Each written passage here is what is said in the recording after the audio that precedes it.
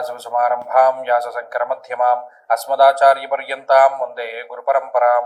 జ్యోతిషాస్త్రాన్ని భావితరాల వారికి ప్రసాదించిన ఋషుల యొక్క పాదపద్మాలకి నమస్కారం చేసుకుంటూ, అలాగే నాకు ఈ జ్యోతిష విద్యను నేర్పిన గురువర్యులు జ్యోతిష బ్రహ్మ కీర్తిశేషులు శ్రీ ఈరంకి సూర్యనారాయణమూర్తి గారు, సూర్యశ్రీ దైవజ్ఞ గారి యొక్క పాదపద్మాలకి నమస్కారం చేసుకుంటూ, ఓం శ్రీ మహాగణాధిపతి నమః, శ్రీ గురుభ్యో నమః, హరి ఓం.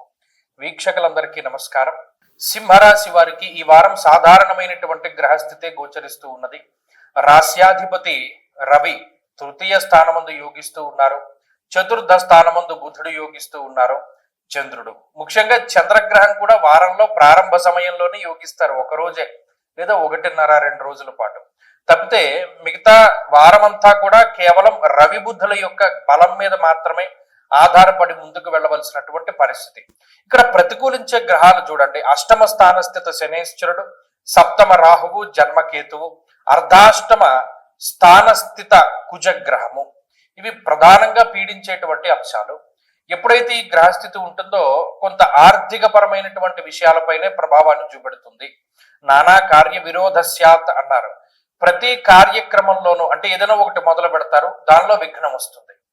ఫలానా ఈ దేవాలయానికి మనం కంటిన్యూస్ గా వెళ్ళాలి, ఒక రోజు వెళ్తారు, తర్వాత రోజు వెళ్ళలేకపోతారు.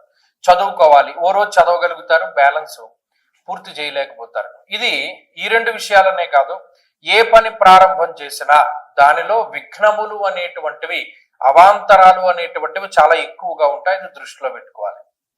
అదే మాదిరిగా ఖర్చు, మీకు వచ్చేటువంటి ఆదాయానికి ఏమి ఇబ్బంది ఉండదు, ఆర్థిక సమస్యలు ఏమి ఉండవు. కానీ ప్రాపర్ యూటిలైజేషన్ అంటే సరి అయినటువంటి విధానంలో దాన్ని ఖర్చు చేసేటువంటి పరిస్థితులు ఉండవు. అనవసరమైనటువంటి ఖర్చులు ఎక్కువగా ఉంటాయి. విపరీతమైనటువంటి ధన వ్యయం చేయవలసి వస్తుంది.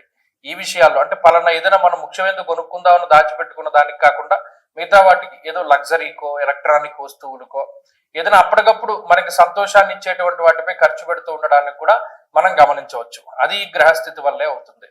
బంధువర్గంతో విరోధము, అలాగే కుటుంబ సభ్యులతోటి మాట పట్టింపులు, ఇవన్నీ కూడా ఈ గ్రహస్థితిలో భాగమే. అయినప్పటికీ తృతీయమందు రవి ఆరోగ్యాన్ని ప్రసాదించేటువంటి గ్రహం. ఆరోగ్యాన్ని ఇస్తాడు, ఐశ్వర్యాన్ని ఇస్తాడు, మానసిక ప్రశాంతతని మాత్రం ఇవ్వలేకపోతారు. అదొకటి ఈ వారం కొంత తక్కువగా ఉంటుంది. ఉద్యోగ వ్యాపారాలకు సంబంధించినటువంటి విషయాలు మధ్యస్థంగానే గోచరిస్తూ ఉన్నాయి.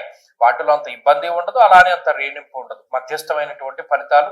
స్థాన చలనానికి మాత్రం అవకాశం ఉంటూనే ఉంటుంది. ప్రయత్నపూర్వకంగా మారవలసి వచ్చినప్పుడు మారితే మంచిది.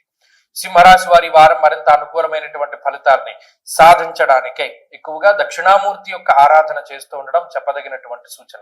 ఈ వారంలో కలిసి వచ్చేటువంటి రోజు బుధవారంగా చెప్పవచ్చును. అదృష్ట సంఖ్య 9, అదృష్ట వర్ణము తెలుపు. తదుపరి కన్యారాశి.